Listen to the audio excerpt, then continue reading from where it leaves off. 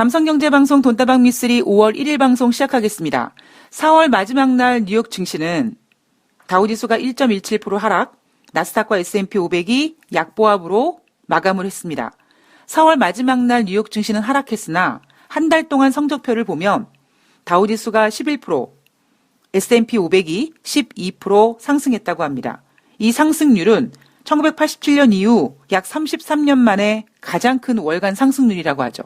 그러니까 이 얘기는 2008년도 금융위기 때도 이 정도 가파른 반등은 하지 못했었다라는 얘기가 될 겁니다. 우리가 올 초에 전혀 생각지도 못했던 악재 코로나19가 발생되면서 확산되면서 셧다운되고 사람들이 죽어나가고 공장 가동이 멈추고 사람들이 돈을 쓰지 않고 돈을 쓰지 못하는 상황이 되고 그리고 그러한 어떠한 경제 활동이 증시에 고스란히 반영이 되면서 증시가 가파르게 하락했고 그러한 하락과 경기 침체를 볼 수 없으니까 그동안 한 번도 쓰지 않았던 모든 카드들을 다 사용해서 경기 부양책을 때려 넣었고 그 효과로 증시는 이만큼 반등했다. 자, 지금 가장 고민되시는 부분이 어쩌면 여기서 더 가느냐 아니면 여기서 꺾이느냐 아마 이 문제에 대해서 정말 많은 분들이 고심을 하고 계시지 않을까 싶습니다. 이날 뉴욕 증시가 하락했던 이유는요. 제가 어제 방송에서는 코로나19 치료제가 경기 침체를 덮었다. 뭐 그 한 줄 표현보다 더 이상의 표현은 없는 것 같다. 이런 말씀을 드렸는데 4월 30일 뉴욕 증시는 그 덮여져 있었던 경기 침체가 다시 이제 고개를 드는 그런 하루였던 것 같습니다. 경기 지표를 보면은요. 4월달 시카고 PMI 지표가 3월달 47.8에서 4월달에는 35.4로 하락했다고 합니다. 시장 예상은 35였는데 35보다 조금 더 예상보다 조금 더 부진했죠. 그리고 미국은 소비하는 나라인데 미국의 3월달 개인 소비 지출이 사상 최대폭인 7.5% 감소했다고 합니다. 그리고 목요일이니까 주간 신규 실업상청 건수 전주 대비 60만 3천 명이 감소해서 383만 9천 명이 보고가 됐는데 시장은 걱정하고 있는 거죠. 전주보다 60만 3천 명이 감소했고 앞서 몇 주 전에는 막 600만 건 그랬는데 그때보다 점점 나아지고 있는데도 불구하고 뉴욕 증시는 이날 경기 침체 우려감 때문에 하락했다라고 합니다.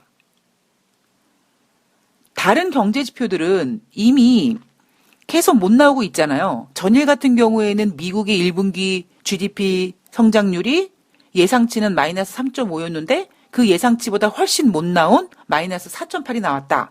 그럼에도 불구하고 그 경기 침체에 대한 우려를 덮었던 게 신약개발이었는데 신약개발 같은 경우는 이제 완전히 눈에 가시화되기 전에는 이제 사람들이 또 이제 이성을 찾아가는 거겠죠.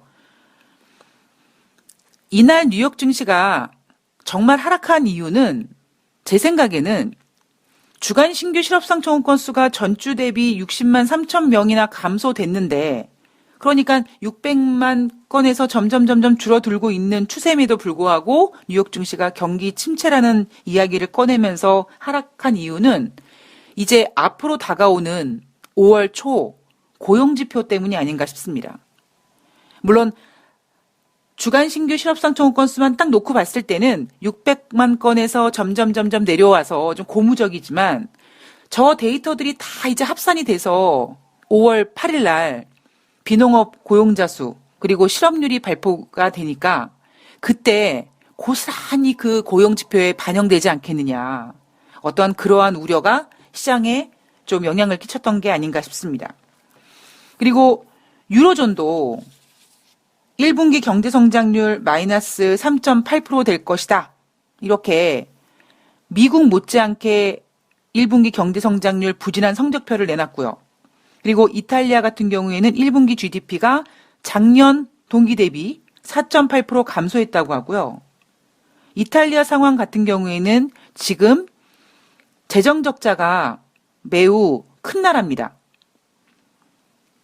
그래서 지난번에 IMF에서 혹은 ECB에서 야 니네 빚을 좀 줄여야 되지 않겠니? 뭐 이렇게 얘기를 하고 있는 찰나에 이놈의 코로나19가 터지는 바람에 이제는 빚이 문제가 아니라 빚을 더 확대하더라도 일단 경기를 부양시켜야 돼. 그래서 이탈리아 같은 경우에는 오히려 국가 부채, 재정 적자를 더 확대하는 쪽으로 결과를 냈습니다.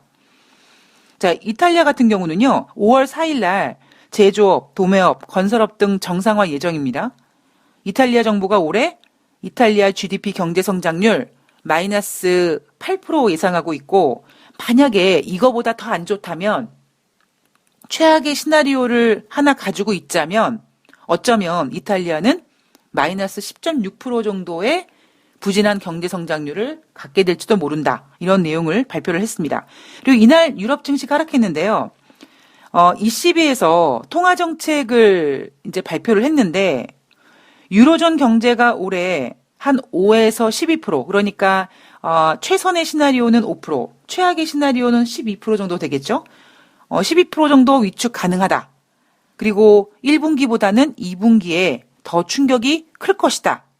그리고 회복은 내년에 될 것이다. 그러면서 코로나19 대응책인 7,500억 유로 규모의 팬데믹 긴급 매입 프로그램을 발표했습니다. 그럼에도 불구하고 유럽 증시는 실망감에 하락했습니다.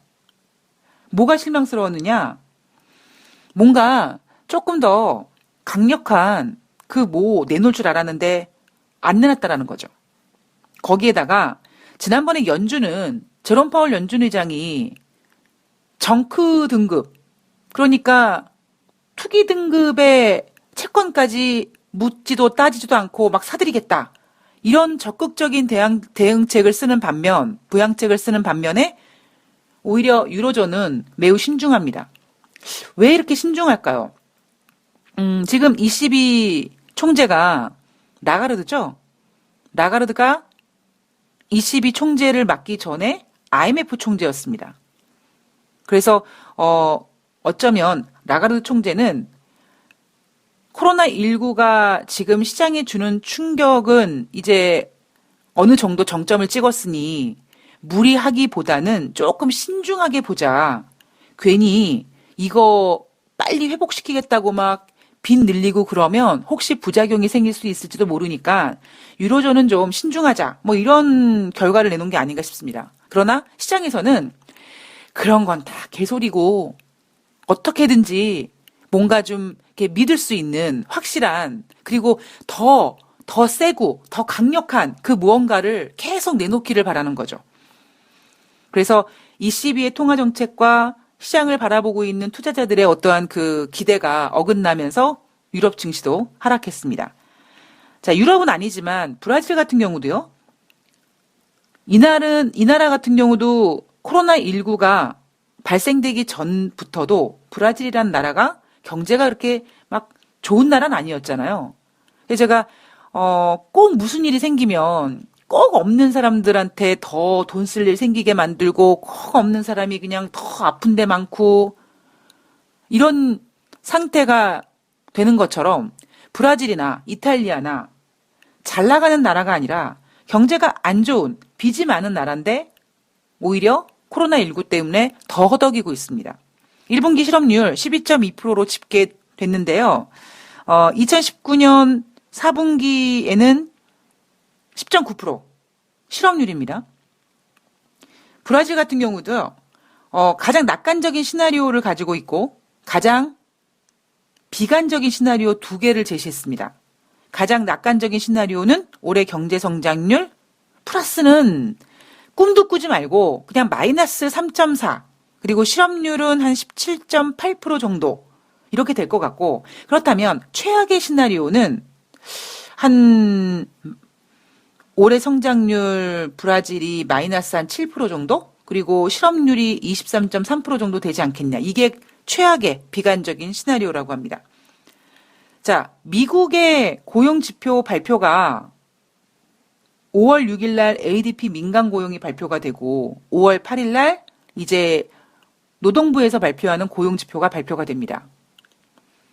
전일에는 미국의 1분기 GDP 경제성장률이 예상보다 부진한 마이너스 4.8이 나왔다. 그럼에도 불구하고 신약 개발에 대한 기대감이 그 경기 침체를 뒤덮었고 그래서 뉴욕 증시가 상승했습니다만 이날 주간 신규 실업상청 건수가 전주 대비 좀 덜 나왔고 그죠?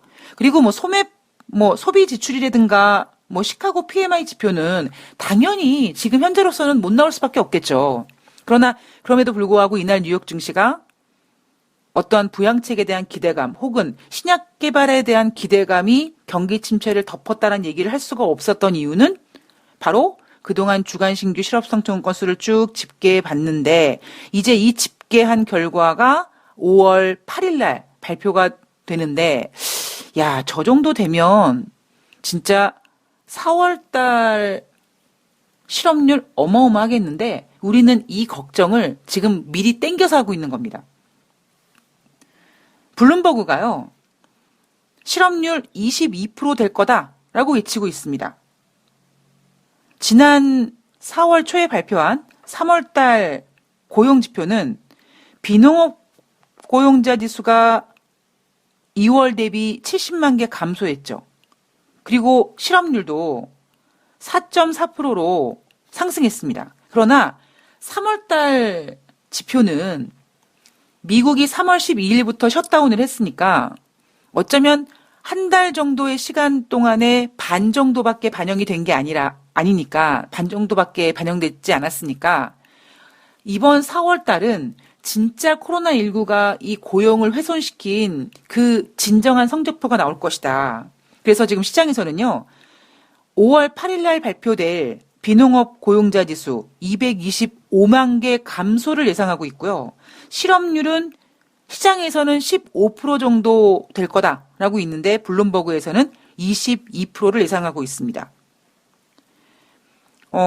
지금 주간 신규 실업상청 건수 같은 경우는요. 매주 목요일 날 발표하는데 미국이 그동안 마키에서 발표하는 혹은 ISM에서 발표하는 서비스업 제조업 PMI 지표가 기준선 50을 좀 하회하기도 하고 그리고 어쩌면 고용 지표가 임금 상승률이라든가 비농업자 고용자 지수가 크게 증가되기보다는 오히려 이렇게 정점을 찍고 잠잠해지는 상황 속에서도 미국이 우리는 고용 좋아요, 우리는 경제 좋아요라고 외칠 수 있었던 가장 강력한 힘은 바로 매주 목요일 날 발표되는 주간 신규 실업상청 건수가 기준선인 30만 건을 크게 하회해서 21만 건, 22만 건 막 그랬었거든요. 근데 지금 6주 연속 600만 건, 300만 건 막 이러니까 이렇게 6주 연속 수백만 건의 신규 실업상청 건수가 발표가 되는 그 기록이 집계를 시작한 1967년 이후 최고라고 합니다. 2009년도 금융위기 때 미국의 실업률은 10%였죠. 그리고 1930년 대공황 때 미국의 실업률은 24.9%였다고 합니다. 그럼 만약에 블룸버그에서 예상하고 있는 22%의 실업률이 거의 이렇게 맞아떨어진다면 거의 대공황급 정도 되는 우리가 지금 그러한 악재를 맞이하고 있다. 코로나19가 그 정도 된다라고 보시면 될 것 같습니다. 글쎄요, 워낙 지금 4월달 실업률은 안 좋을 거야. 지난달에 4.4는 명함도 내밀지 못할 정도로 안 좋을 거야라고는 우리가 알고 있지만 이게 또 막상 진짜 15%야? 아니면 22%야? 15% 미만일 수도 있어? 혹은 22% 이상일 수도 있어? 그 수치를 우리가 또 성적표를 보게 된다면 우리가 그냥 그렇게 안 좋게 나올 거야라고 생각하는 거와 또 막상 수치를 눈으로 보는 거와는 조금 또 좀 달라지지 않을까 싶습니다. 자, 이날 시장 부양책 없지 않았습니다. 연준 같은 경우는요. 기업 대출 프로그램인 메인스트리트 대출의 대상 기업 범위를 확대하겠다라고 얘기를 했습니다. 지금 증시를 보면은요, 여러분 경제에서 호재가 뭐가 있을까요? 일단 코로나19의 치료제 혹은 백신 개발 기대감이 있을 거고요. 그다음에 돈을 쏟아붓고 있으니까 그 경기 부양책에 대한 기대감이 있을 거고요. 그리고 세 번째는 조금씩 경제가 재개되면서 이제 다시 경기가 좋아질 거라는 기대가 있을 거고요. 또 호재가 뭐가 있을까요?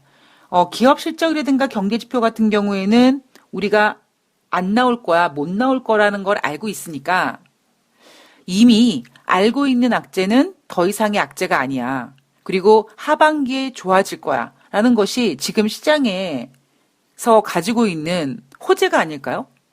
그러면 반대로 시장에서 지금 가지고 있는 악재는 뭘까요?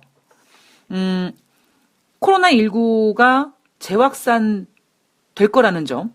그죠? 그리고 백신이라든가 치료제 개발이 우리가 생각하는 것보다 훨씬 늦어질 수 있다는 점. 마찬가지로 지금 시장에 때려놓고 있는 이 경기 부양책이 빨리빨리 지표들을 회복시켜줘야 되는데 이 부양책이 시장에서 경기를 회복시키는데 조금 시간이 걸린다라는 점. 이 정도가, 예, 그리고 이제 물론 또, 김정은 리스크도 잔존하겠죠. 이렇게 시장에서는 지금 호재와 악재가 존재하고 있습니다. 그래서 미국 증시 같은 경우에는 경기 침체를 코로나19 치료제가 덮었다. 뉴욕 증시가 상승하기도 하고, 이날 같은 경우에는 미국 경제가 좀 안 좋아지네? 이렇게 걱정하면서 오히려 백신 개발에 대한 기대는 이제 조금 또 뒤로 물러나고, 그 호재와 악재가 서로 아주 균형 있는 그 시소타기를 하면서 증시를 핸들링하고 있습니다. 치료제와 백신 같은 경우는 제가 어제 방송에서도 말씀을 드렸듯이 이 제약바이오주는요, 만약에 어떤 제약회사에서 신약을 개발하는데 정말 그 신약 개발이 완전히 성공을 해서 이제 생산에 들어가서 병원에 처방전에 담기든 아니면 약국에 이렇게 배치되던 그 정도가 되면 이미 증시는요, 다 해먹은 거예요. 우리가 아주 냉정하게 생각해 보면 진짜 그 신약이 개발돼서 처방전에 사용되고 약국에 배치되고 그래서 진짜 이렇게 수요가 생기고 그래서 그 매출을 통한 그 이익을 통한 그 이익이 순이익이 그 제약회사에 반영이 돼서 그 제약회사의 어떠한 그 실적이라든가 이런 거를 좀 올려놓는, 가치를 좀 올려놓는, 그래서 주가가 이렇게 자연스럽게 상승을 해야 되는데, 증시라는 녀석은, 주식이라는 녀석은 기대를 먹고 살다 보니까, 특히 바이오 제약 같은 경우는 상용화되기 전에 임상 1상, 임상 2상, 3상, 여기에 흔들흔들 출렁출렁거립니다. 길리어드가 생산이 아니죠. 길리어드가 지금 임상 실험하고 있는, 개발하고 있는 이 코로나19 치료제가 아직 갈 길이 꽤 멀거든요. 그런데 지금 시장에서는 어쨌든 기대감입니다. 물론 단순히 뉴욕 증시가 올라가는 이유가 코로나19에 대한 치료제에 대한 기대감을 너무 좀 크게 키운다. 이거 하나만 있는 게 아니라 부양책을 쓰고 있기 때문에 그 두 개가 맞물려서 시너지 효과를 내는 거겠죠. 근데 신약바이오, 그러니까 그 코로나19의 치료제는 우리가 이제 제가 앞으로도 말씀을 드리겠지만 백신도 마찬가지고요. 물론 기대감이 증시에 반영되는 건 맞습니다만 너무 앞서가면은 전 안 된다고 생각을 합니다. 제약바이오주에서 개인들이 앞서가서 그렇게 좋은 결과를 내놨던 거를 거의 못 봤던 것 같아요. 예.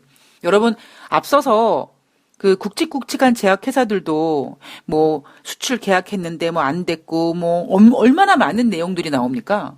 그럴 때마다 결국 피해를 보는 거는 개인 투자자들이거든요.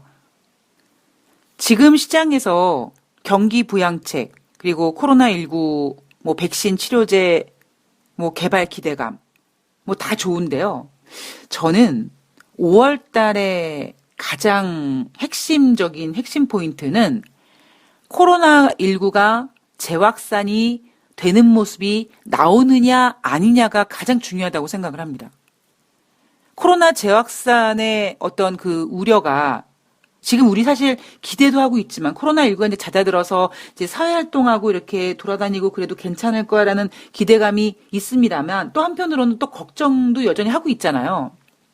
근데 5월 달에 지금의 어떠한 반등이 뭐 예를 들면 아까 일부가 아니라 지금 일부죠. 예, 아까 초반에 다우지수와 S&P 500이 4월 달에 뭐 11%, 12% 크게 올랐다. 뭐 이 상승률은 뭐 33년 만에 최고의 상승률이다. 이렇게 지금 급반등을 시켜놓은 상태에서 앞으로 반등을 더 해서 전고점까지 올라갈 수 있게 만드는지 혹은 전고점보다 더 가게 할 수 있는지 없는지에 가장 지금 키를 가지고 있는 어떤 이슈는 5월에 과연 코로나19가 재확산의 모습을 보이느냐 아니면 이대로 진짜 이렇게 뭔가 코로나19가 잦아드느냐 그게 가장 중요하지 않을까 싶습니다. 제가 뉴욕 증시는 뭐 뉴욕 증시뿐만 아니라 대한민국 증시도 마찬가지고 이 주식 시장은 사실 올라가는 게 좋죠. 그죠? 저는 대한민국 참 3,000포인트 가는 게 이렇게 어렵구나라는 생각을 최근에 많이 합니다. 뭐 예전에 대통령들이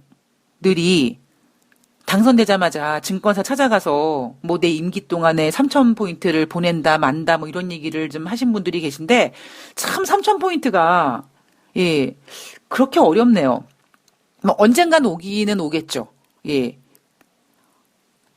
지금 중요한 건 뭐 3,000포인트 재작년인가요? 재작년에 한화투자증권에서 미국과 북한이 정상회담 잘 되고 대한민국과 북한이 정상회담 잘 되면 대한민국 코스피 3,000포인트 갈 수 있다. 뭐 이렇게 매우 기대되는 레포트를 내놨었었는데 지금 상황에서는 뭐 3,000포인트까지는 뭐 아직은 좀 예, 꿈의 숫자고요. 과연 5월 달에 얼만큼 이 코로나19의 재확산이 안 되는지, 예, 그게 가장 중요한 포인트가 아닐까 싶습니다. 자, 2부에서요, 오늘도 마찬가지로 이 백신과 치료제에 대한 이야기를 조금 더, 예, 트럼프 대통령 이야기와 좀 맞물려서 좀 해드릴 거고요. 국제유가 이야기 좀 가보도록 하겠습니다. 그리고 또 증시의 관전 포인트, 어떤 내용이 또 가장 중점이 될지 그 내용에 대한 생각도 한번 전달해 드리도록 하겠습니다. 2부에서 뵐게요.